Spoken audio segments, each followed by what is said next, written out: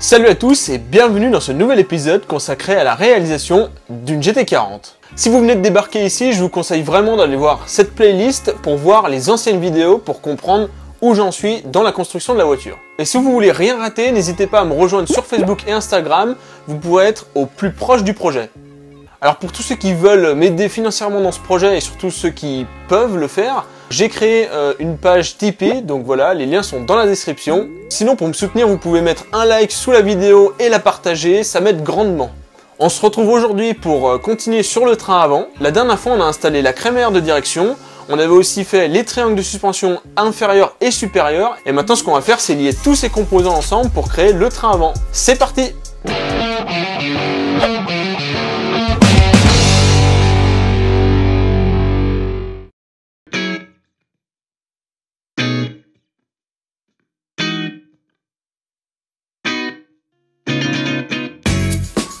Cette fois, on ne va pas fabriquer la pièce en entière, mais on va partir d'une pièce existante. Et ces pièces, ce sont les porte-moyeux de roue avant de l'Audi A6, où j'ai pris le V8.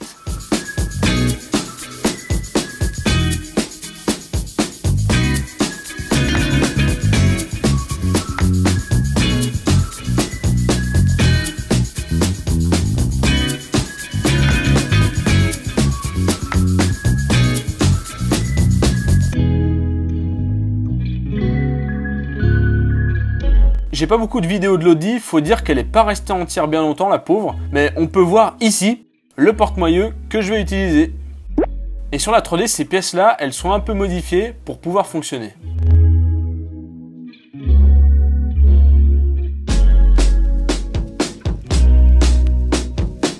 Je commence par virer une bonne partie de la pièce en laissant un peu de marge.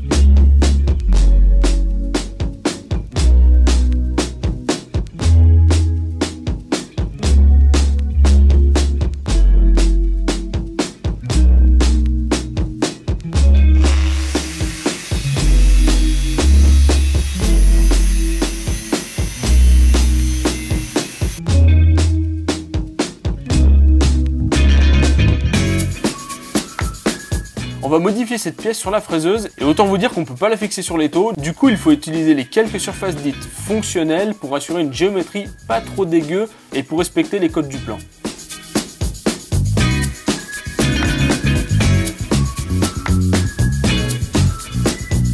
Alors franchement c'est vraiment une étape que je redoutais de faire cette pièce parce que j'ai pas trop le droit à l'erreur et que c'est pas facile d'usiner une pièce avec des formes aussi bizarres.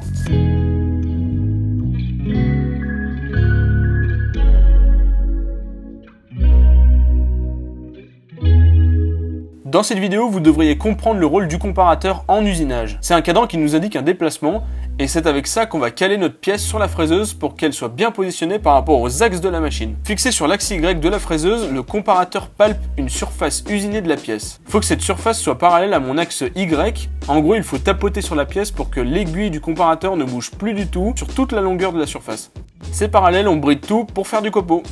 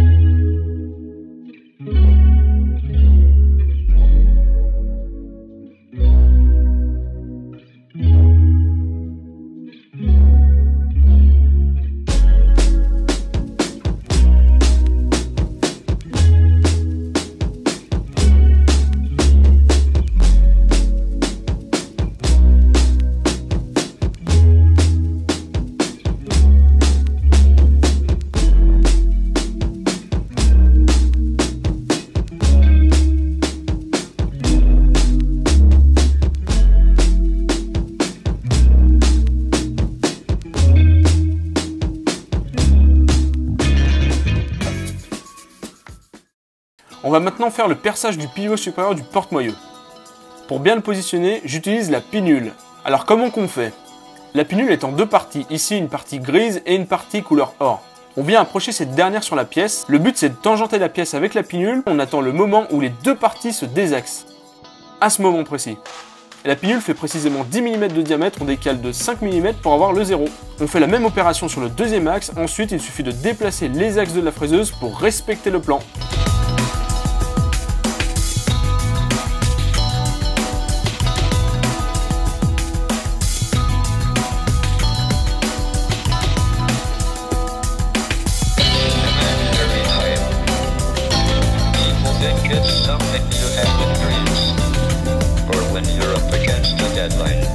Allez, je vire encore un peu d'alu en surfaçant pour accueillir les supports de biellette de direction qu'on va faire juste après.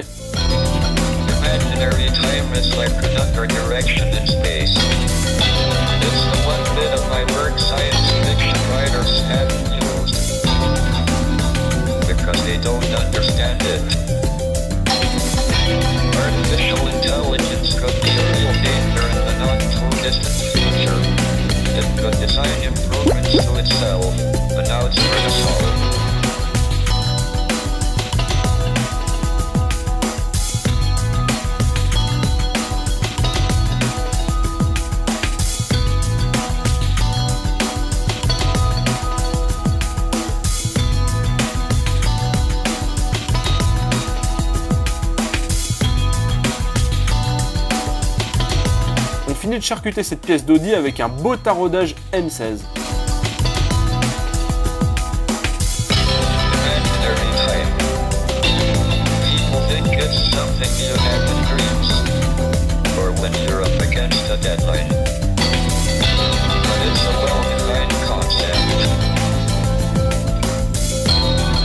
Et voilà, l'avantage c'est que les roulements de roues et les fixations des étriers sont identiques à l'Audi.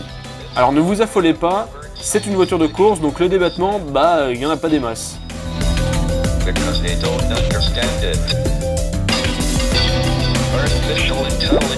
On est quand même proche de la 3D, vous trouvez pas?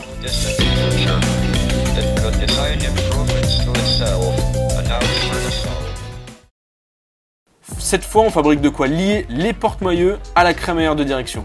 On commence par les supports côté porte-moyeux.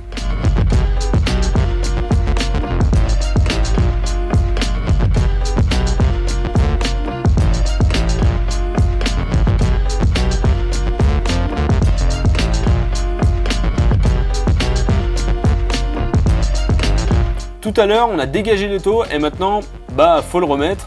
Et c'est super chiant, vous allez voir. Comme c'est une machine pour faire des trucs droits, il faut que l'étau soit bien parallèle à la table de déplacement du X. Et pour ça, je sors une barre rectifiée et un comparateur. Comme tout à l'heure, je palpe la surface qui doit être parallèle et je tapote jusqu'à ce que l'aiguille ne bouge plus.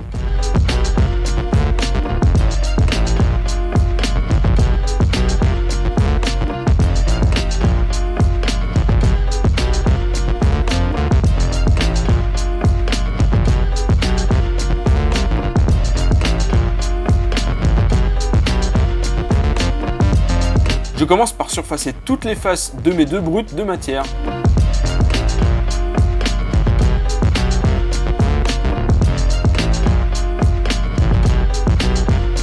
L'acier est assez dur, elle m'a fait plein de copeaux de merde partout, ça a volé dans tous les sens.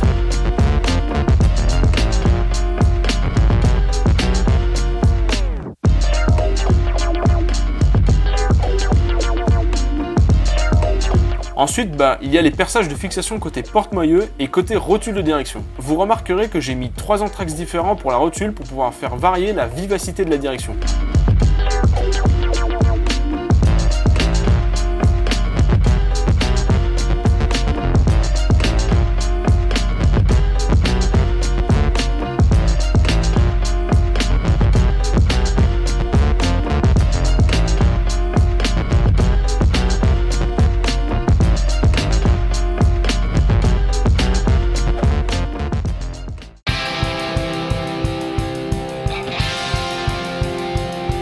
Cette fois on fait les biellettes, bon c'est assez simple, c'est un rond d'acier usiné aux extrémités. Alors je vous épargne toutes les petites pièces à la con telles que les bagues et entretoises, mais il y en a beaucoup à usiner, c'est la partie un peu chiante mais bon c'est indispensable.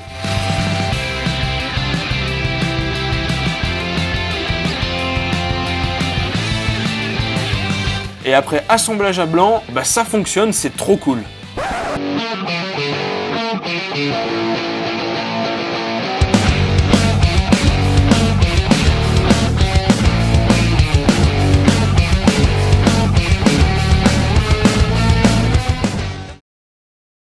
Voilà, le train avant est presque terminé, il nous manque quelques petits ajustements et surtout les amortisseurs. Alors je l'avais déjà dit mais je préfère vous le rappeler, tout le montage que je fais c'est des montages à blanc, donc les vis, les ajustements ne sont pas définitifs. Ce que je vais faire c'est qu'une fois que tout est terminé, donc en gros les grosses soudures, eh ben on va tout redémonter, on va passer à la peinture et pour le montage final je mettrai la visserie adaptée et j'ajusterai tout pour que tout fonctionne correctement. Allez, comme d'hab, si vous avez aimé la vidéo, n'hésitez pas à mettre un like, à la partager et à commenter si vous avez des questions. Moi, je vous dis à la prochaine. Salut!